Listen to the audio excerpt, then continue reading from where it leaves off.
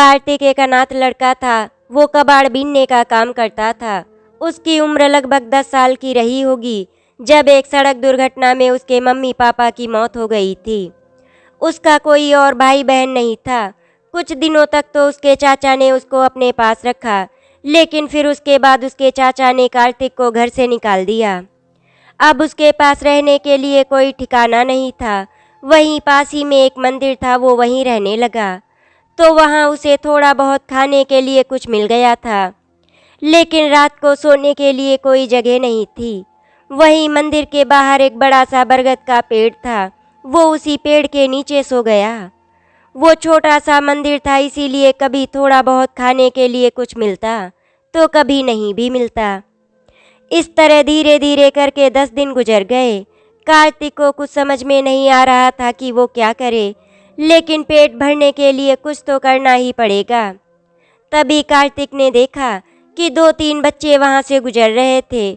उन बच्चों के हाथों में एक एक बोरी थी और वो सड़क पर जो भी सामान मिल रहा था वो उठाकर उसे बोरी में डाल रहे थे। कार्तिक के दिमाग में भी कबाड़ बीनने का ख्याल आ गया और वो भी बोरी लेकर कबाड़ बीनने के लिए निकल गया। इस तरह कार्तिक दिन भर कबाड़ बीनता और शाम को उसे बेचकर उससे जो भी पैसे मिलते वो उससे खाने के लिए सामान ले लेता। एक दिन वो वही पास की एक बड़ी रोड से गुजर रहा था। वहाँ बहुत सारे कूड़े के ढेर लगे हुए थे, तो कार्तिक वहाँ पर कबाड़ बीनने के लिए पहुँच गया। कार्तिक वहाँ पर कबाड़ बीन ही रहा था कि अचानक वहाँ पर कार्तिक को बहुत सारे कुत्तों के भौंकने की आवाज़ आने लगी। पहले तो कार्तिक ने उन कुत्तों की आवाज़ को अनसुना कर दिया, लेकिन उनका भौंकना बंद ही नहीं हो रहा था। तो फिर कार्तिक ने वहाँ जाकर देखा तो कार्तिक को वहाँ से किसी बच्चे की रोने की आवाज़ भी आ रही थी। उसने इधर उधर देखा, लेकिन उसे आसपास कोई दिखाई नहीं दिया। तभी उसकी नज़र एक बड़ी सी काली पॉलीथीन पर गई, जिसे एक बड़ा सा कुत्ता खींच कर ले जा रहा था। कार्तिक ने जब ध्यान से उस बच्चे की रोने की आवाज़ सुनी तो उसने देखा कि वो आवाज़ उसी पॉलीथीन से आ रही थी जो वो कुत्ता खींच कर ले जा रहा था। उसने उस कुत्ते को वहाँ से भगाया। उसने जब उसे खोल कर देखा तो उसके पैरों तले से ज़मीन खिसक गई। उसमें एक छोटी सी बच्ची थी जो लगभग 5 या 6 दिनों की होगी। उसने आसपास देखा, लेकिन उसे कोई दिखाई नहीं दिया। वो उस बच्ची को गोद में उठाकर अपने साथ ले आया। अभी उसे इतनी समझ नहीं थी कि वो उस बच्ची को लेकर पुलिस के पास जाता। वो बच्ची बहुत रो रही थी। कार्तिक ने उसको चुप कराने की बहुत कोशिश की, लेकिन वो चुप ही नहीं हो रही थी। फिर कार्तिक ने सोचा शायद उसे भूख लगी होगी, लेकिन वो उस बच्ची के लिए दूध कहाँ से लाता। कहते हैं जिसका कोई नहीं होता उसका भगवान होता है। एक आंटी वहाँ मंदिर में पूजा करने के लिए आईं। कार्तिक ने उनसे कहा, आंटी मेरी बहन बहुत भूखी है, उसके लिए इस लोटे में थोड़ा सा दूध दे दो।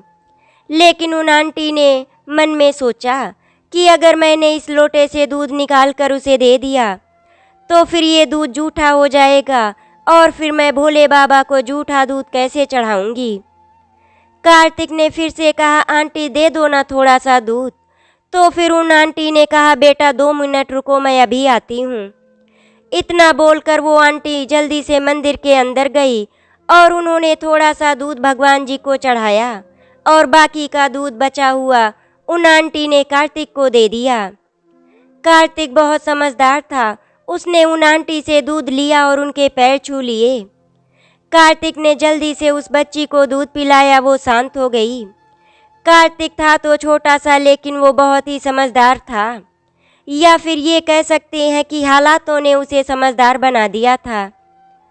कार्तिक ने उसको अपनी गोद में ही सुला दिया था, लेकिन आज कार्तिक भूखा रह गया था उस बच्ची का पेट भरने के चक्कर में। कार्तिक उस बच्ची को गोद में लिए पेड़ की टेक लगाकर खुद भी सो गया। सुबह सुबह मंदिर की घंटियों की आवाज़ सुनकर कार्तिक की आंख खुल गई और वो बच्ची भी जाग गई। जागते ही फिर से वो रोने लगी, क्योंकि उसको फिर से भूख लग गई थी। अगली सुबह पंडित जी ने उस बच्ची के लिए दूध दे दिया और कार्तिक को भी प्रसाद के रूप में 2 लड्डू मिल गए। उसने वो 2 लड्डू खाकर पानी पी लिया। अब कार्तिक को कबाड़ बीनने के लिए निकलना था। वो सोच रहा था कि वो कैसे जाए, क्योंकि वो बच्ची भी अब उसके साथ थी। कार्तिक उस बच्ची को गोद में लेकर और बोरी उठाकर वहाँ से चला गया। आज उसने थोड़ा बहुत सामान भीर कर ही कबाड़ी के पास जाकर उसे बेच दिया और उसके पास जो बचे हुए पैसे थे वो भी ले लिए उसने। कार्तिक कबाड़ी वाले की दुकान से कुछ बोरियां और कुछ गत्ते ले आया और फिर वहां पेड़ के पास आकर एक छोटा सा घर बना लिया उसने। वो छोटी सी बच्ची बहुत ही प्यारी थी, इसीलिए कार्तिक ने उसका नाम मोहिनी रखा। धीरे धीरे करके इसी तरह से 2 साल गुजर गए और मोहिनी थोड़ी सी बड़ी हो गई थी। वो अब थोड़ा थोड़ा चलने लगी थी, इसीलिए कार्तिक को वो बहुत परेशान कर लेती थी। कार्तिक उसके पीछे पीछे दौड़ता रहता था। कार्तिक ने अब कबाड़ बीनने का काम बंद कर दिया था और वो एक ढाबे पर बर्तन धोने का काम करने लगा था। मोहिनी भी वहाँ ढाबे पर सबके साथ खेलती रहती थी। ढाबे की मालकिन राधिका दादी बहुत ही अच्छी थी, वो उन दोनों को बहुत प्यार करती थी। एक दिन राधिका दादी ने कार्तिक से कहा, कार्तिक, मोहिनी अब 3 साल की हो गई है, तुम्हें उसे स्कूल भेजना चाहिए। हाँ दादी, मैंने एक स्कूल में बात कर ली है मोहिनी के एडमिशन के लिए। मोहिनी अब स्कूल जाने लगी थी और कार्तिक ढाबे पर दिन भर मेहनत करता था। वो मोहिनी की पढ़ाई लिखाई में कोई कमी नहीं रखना चाहता था, क्योंकि पढ़ाई लिखाई का महत्व वो बहुत अच्छी तरह से जानता था। उसके साथ तो कोई भी ऐसा नहीं था जो उसे पढ़ा सकता था, लेकिन वो अपनी बहन को अड़पड़ नहीं रखना चाहता था। मोहिनी स्कूल से सीधे ढाबे पर ही जाती थी, फिर दोनों भाई बहन मिलकर शाम को अपने घर जाते थे। इन दोनों भाई बहन की जोड़ी ढाबे पर बहुत ही फेमस हो गई थी। मोहिनी स्कूल से जब वापस आती तो वो कार्तिक को सारी बातें बताती कि आज उसके स्कूल में क्या क्या हुआ। कार्तिक सुनकर बहुत खुश होता था। मोहिनी पढ़ाई लिखाई में बहुत ही अच्छी थी, वो हमेशा अपने स्कूल में पहला ही स्थान लाती थी। अभिभावक शिक्षक मीटिंग में जब कार्तिक मोहिनी के स्कूल जाता तो वहाँ के सारे अध्यापक मोहिनी की बहुत तारीफ करते थे, जिसे सुनकर कार्तिक को बहुत ही खुशी मिलती थी। धीरे धीरे करके इसी तरह से दिन गुजर रहे थे। मोहिनी अब कक्षा 8 में पहुंच गई थी। एक दिन मोहिनी के स्कूल से फोन आया और उन्होंने कार्तिक को बुलाया। कार्तिक जब वहां पर पहुंचा तो उसे पता चला कि मोहिनी ने एक लड़की को वहां पर पीटा है। कार्तिक को यकीन नहीं हो रहा था कि उसकी बहन मोहिनी ऐसा भी कर सकती है, क्योंकि उसने मोहिनी को ऐसे संस्कार दिए ही नहीं थे। मोहिनी तो बहुत ही शांत स्वभाव की लड़की थी, फिर वो ऐसे कैसे कर सकती है। कार्तिक ने प्रिंसिपल मैम से माफ़ी मांगी और कहा, मैम दोबारा ऐसी गलती नहीं होगी, उससे मैं मोहिनी को समझा दूंगा। मोहिनी स्कूल से वापस आई तो कार्तिक उससे बात नहीं कर रहा था।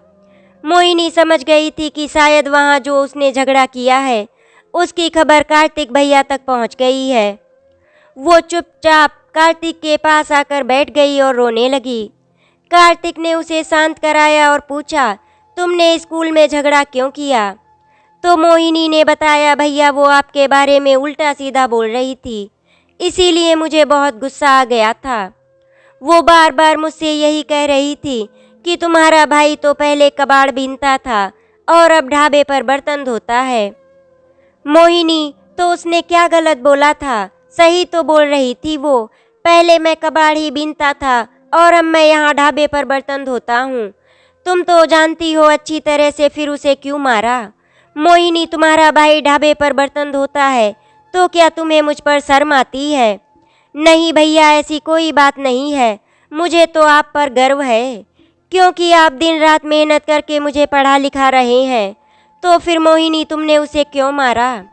भैया उसने कुछ ऐसा बोला था जो मैं सुन नहीं पाई। अच्छा, ऐसा क्या बोल दिया था उसने?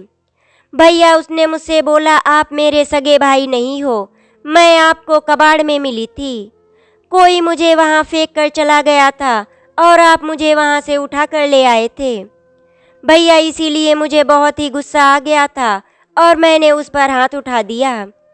कार्तिक भैया, सच सच बताना, क्या वो जो भी बोल रही थी वो सब सही है? मैं आपकी बहन नहीं हूँ, आप मुझे कूड़े के ढेर से उठाकर लाए थे। कार्तिक और मोहिनी दोनों की आंखों में आंसू आ गए। उन दोनों की बातें सुनकर राधिका दादी की भी आंखों में आंसू आ गए। कार्तिक आज मन ही मन में सोच रहा था कि मैंने आज तक अपनी बहन को कभी इस बात का एहसास तक नहीं होने दिया कि वो मेरी बहन नहीं है, लेकिन ये समाज और यहाँ के लोग शायद हम दोनों भाई बहनों का रिश्ता बर्दाश्त ही नहीं कर पा रहे। मेरे माँ बाप को तो भगवान ने मुझसे छीन लिया, और कहीं ऐसा ना हो कि ये समाज मुझसे मेरी बहन को भी छीन ले, क्योंकि अब मोहिनी ही मात्र उसके जीने का सहारा थी। वो किसी भी हाल में उसे खोना नहीं चाहता था। तभी मोहिनी की आवाज़ कार्तिक के कानों में पड़ी, बोलो ना भैया, मैं आपकी बहन नहीं हूँ क्या? राधिका दादी मोहिनी को वहाँ से अपने पास ले गई और उसे बिठाकर समझाया, मोहिनी, शायद तुम्हारा भाई तुमसे ये कभी नहीं कह पाएगा कि वो तुम्हारा सगा भाई नहीं है, लेकिन उसने तुम्हें सगे भाई से भी बढ़कर प्यार दिया है। उसने तुम्हारे लिए अपनी सारी खुशियाँ कुर्बान कर दी। वो तुम्हें पढ़ा लिखा कर एक अफसर बनाना चाहता है। तुम्हारी उस दोस्त ने तुमसे जो भी कहा है वो सब सच है। जब तुम कार्तिक को मिली थी तब तुम सिर्फ 5 या 6 दिन की थी, और उस समय तुम्हारे कार्तिक भैया की उम्र मात्र 10 साल की थी। तुम खुद ही सोचो, 10 साल की उम्र में तो वो खुद ही एक बच्चा था, लेकिन उसने तुम्हारी जिम्मेदारी पूरी ईमानदारी से निभाई। तुम्हें कभी इस बात का एहसास भी नहीं होने दिया कि वो तुम्हारा अपना सगा भाई नहीं है। मोहिनी, कार्तिक की जान हो तुम। तुम्हें जरा सा भी फीवर आ जाता था तो वो रात दिन तुम्हारे पास ही बैठा रोता रहता था, हिलता तक नहीं था। यहाँ तक कि अगर तुम खाना नहीं खाती थी तो वो भी खाने को हाथ नहीं लगाता था। मोहिनी, अब तुम खुद ही बताओ, वो तुम्हारा सगा भाई है या नहीं?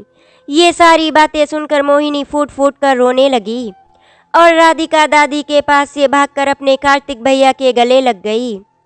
कार्तिक भैया, कोई कुछ भी बोले, लेकिन आप मेरे बड़े भैया हमेशा रहेंगे और मैं आपकी छोटी बहन।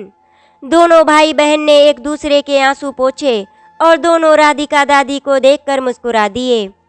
राधिका दादी और कार्तिक दोनों ने आज सुकून की सांस ली, क्योंकि कार्तिक को भी डर लगा हुआ था कि कहीं ऐसा ना हो कि जब मोहिनी को सच्चाई का पता चले तो वो उसे छोड़कर चली जाए। बल्कि अब तो मोहिनी को बहुत ही गर्व महसूस होने लगा था कि कार्तिक उसका भाई है। अगले दिन जब मोहिनी अपने स्कूल गई तो उसकी सहेली ने उससे पूछा, क्यों मोहिनी, पूछा तुमने अपने भैया से? हाँ, मैंने पूछा था उनसे और उन्होंने मुझे सारी सच्चाई बता दी। तुमने जो भी कहा था वो सच है, लेकिन मुझे आज अपने भाई पर बहुत ही फक्र महसूस हो रहा है कि मुझे कार्तिक भैया जैसा भाई मिला है। वो मुझसे बहुत ही ज़्यादा प्यार करते हैं। माता पिता दोनों का प्यार उन्होंने मुझे दिया है। इसीलिए अगर इस दुनिया में कोई मेरा अपना है तो वो सिर्फ और सिर्फ मेरे कार्तिक भैया हैं। इतना सब सुनने के बाद उसकी सहेली मोहिनी को देखकर मुस्कुरा कर वहाँ से चली गई। मोहिनी को आज जरा सा भी गुस्सा नहीं आया था, बल्कि वो खुश थी कि उसे सच्चाई का पता चल गया। अब उसकी नज़रों में अपने बड़े भाई के लिए इज्जत और भी ज़्यादा बढ़ गई थी। मोहिनी अब और भी ज़्यादा मन लगाकर पढ़ाई करने लगी थी। उसका 12th कंप्लीट हो गया था। उसने कार्तिक से कहा, भैया मुझे सिविल की तैयारी करनी है। कार्तिक ने मोहिनी का एडमिशन सिविल कोचिंग सेंटर में करवा दिया। मोहिनी तन मन से सिविल की प्रिपरेशन में लग गई थी और कार्तिक उसका हर कदम पर साथ दे रहा था। धीरे धीरे करके 3 साल गुजर गए और उसका ग्रेजुएट भी कंप्लीट हो गया था और साथ ही में उसकी सिविल की तैयारी भी पूरी हो गई थी। अब बस इंतज़ार था आवेदन पत्र आने का। वो इंतज़ार भी खत्म हुआ और मोहिनी ने IAS एग्ज़ाम के लिए फॉर्म भी भर दिया और उसने पहली बार में ही सारी परीक्षाएं बहुत ही अच्छे नंबरों से उत्तीर्ण कर ली थी। अब बस सिर्फ और सिर्फ इंटरव्यू बाकी रह गया था। मोहिनी को अपने आप पर पूरा विश्वास था कि वो इंटरव्यू भी पास कर लेगी और आखिरकार यही हुआ। उसने इंटरव्यू पास कर लिया और आज वो एक IAS ऑफिसर बन गई। जैसे ही कार्तिक को पता चला कि उसकी बहन एक IAS ऑफिसर बन गई, उसकी खुशियों का कोई ठिकाना नहीं था। वो पूरे ढाबे पर सबको बता रहा था कि उसकी बहन IAS ऑफिसर बन गई है। आज मोहिनी की खुशियों का भी कोई ठिकाना नहीं था, क्योंकि उसने अपने बड़े भाई का सपना पूरा कर दिया था। कार्तिक और मोहिनी दोनों भाई बहन मिलकर आज उसी मंदिर में गए जहाँ पर वो रहते थे। वहाँ के पुजारी जी ने पूछा, मोहिनी बिटिया, आज तुम बहुत खुश हो, कोई खास बात है क्या? तभी कार्तिक पीछे से चिल्लाया, हाँ पुजारी जी, आज मेरी बहन एक IAS ऑफिसर बन गई है। मेरा सपना मेरी बहन ने पूरा कर दिया। ये सुनकर पंडित जी ने मोहिनी को आशीर्वाद दिया और बोले, सदा खुश रहो, खूब तरक्की करो। और साथ ही में पुजारी जी मोहिनी से बोले, बेटा अपने भाई को कभी अकेला मत छोड़ना, क्योंकि तुम्हें पालने के लिए उसने बहुत कष्ट उठाए हैं। जी पुजारी जी, आप बिल्कुल भी चिंता मत करें, मैं अपने भाई का हमेशा ध्यान रखूंगी, उसे कभी अकेला नहीं छोड़ूंगी, क्योंकि मुझे सच्चाई का पता चल चुका है। मोहिनी ने अब तक जितनी भी पढ़ाई की थी वो अपने भाई के साथ रहकर ही की थी, लेकिन अब उसे ट्रेनिंग के लिए बाहर जाना था। इस वजह से कार्तिक थोड़ा सा उदास हो गया था, लेकिन वो खुश भी बहुत था। मोहिनी जब ट्रेनिंग के लिए जा रही थी तो उसकी आंखों में भी आंसू आ गए थे।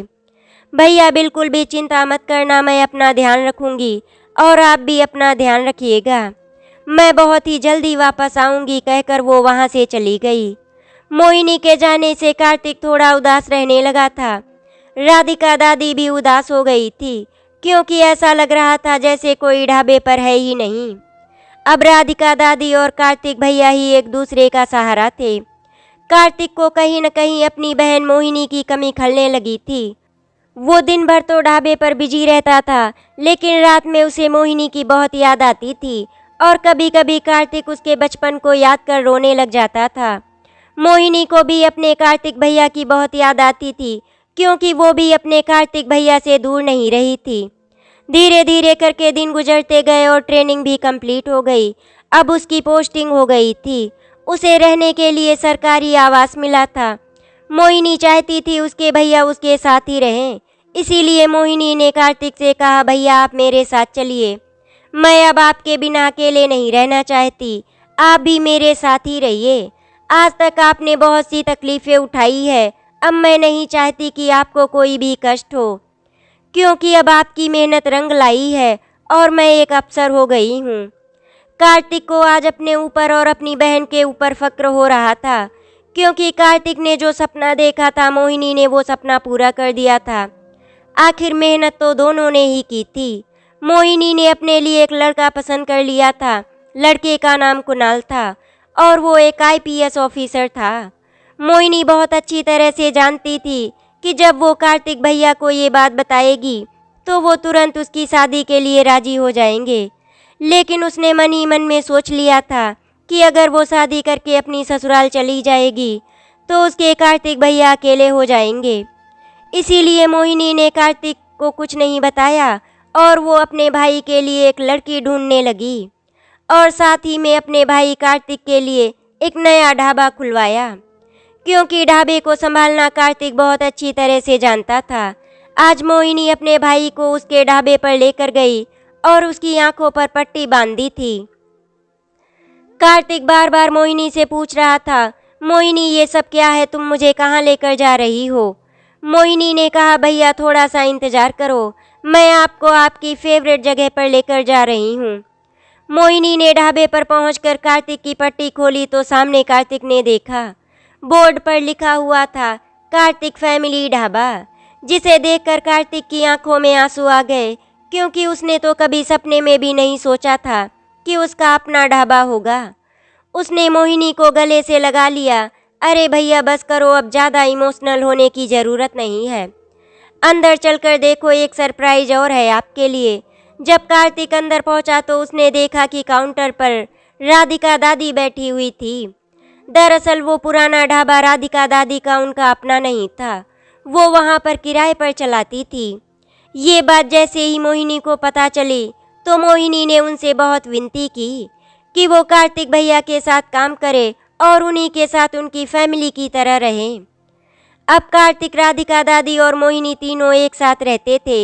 एक दिन मोहिनी ने राधिका दादी से कहा, दादी कोई लड़की हो आपके जानने में तो भैया की शादी के लिए बताइए, मैं जानती हूँ भैया की उम्र थोड़ी सी ज़्यादा हो गई, लेकिन मैं क्या करूँ। मैं अपने भाई को अकेला छोड़कर कहीं भी नहीं जा पाऊँगी। मुझे पता है कि भैया अपने बारे में कभी नहीं सोचेंगे, लेकिन मुझे बहन होने का फ़र्ज निभाना होगा और अपने भैया के लिए उनका हमसफ़र ढूंढना होगा। राधिका दादी ने एक लड़की बताई जिसका नाम नायरा था। वो बहुत ही सुंदर थी, लेकिन वो 4 बहनें थी। नायरा के पिता के पास दहेज देने के लिए कुछ भी नहीं था, क्योंकि वो एक प्राइवेट कंपनी में नौकरी करते थे और बस उतना ही कमा पाते थे जिससे उनके घर में गुजर बसर हो जाती थी। दादी ने उस लड़की की फ़ोटो मोहिनी को दिखाई। मोहिनी ने जैसे ही लड़की को देखा, एक ही बार में उसे पसंद कर लिया और अब बारी थी कार्तिक भैया से शादी के बारे में बात करने की। मोहिनी ने कार्तिक से कहा, भैया मैंने आपके लिए लड़की देखी है, वो बहुत ही सुंदर है। उसका नाम नायरा है। कार्तिक ने जैसे ही सुना उसने तुरंत मना कर दिया और उसने कहा, मोहिनी अब मेरी उम्र शादी करने की नहीं है। अब मेरी उम्र तो निकल गई है। अब तो तुम्हारी शादी करने की उम्र है। तुम्हें कोई लड़का पसंद है या फिर हम तुम्हारे लिए लड़का ढूंढना शुरू करें? भैया आप अच्छी तरह से जानते हैं मैं आपको अकेला छोड़कर कहीं भी नहीं जा सकती। अगर आप शादी नहीं करोगे तो मैं भी शादी नहीं करूँगी और यही हमेशा आपके पास ही रहूँगी। तो फिर सोच लीजिए आपको क्या करना है, क्या नहीं। मोहिनी की बातें सुनकर कार्तिक के पास कोई विकल्प ही नहीं बचा था। उसने शादी के लिए हाँ कर दिया। कार्तिक और नायरा की शादी बहुत धूमधाम से संपन्न हो गई। मोहिनी ने अपने भैया भाभी का स्वागत बहुत ही अच्छे से किया था। आज मोहिनी बहुत ही खुश थी, क्योंकि आज उसने अपनी जिम्मेदारी पूरी तरह से निभा दी थी।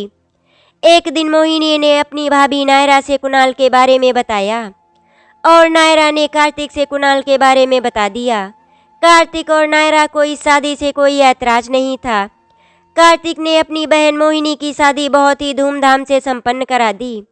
मोहिनी को इस घर से विदा करना कार्तिक के लिए आसान नहीं था, लेकिन एक न एक दिन ये करना ही पड़ता।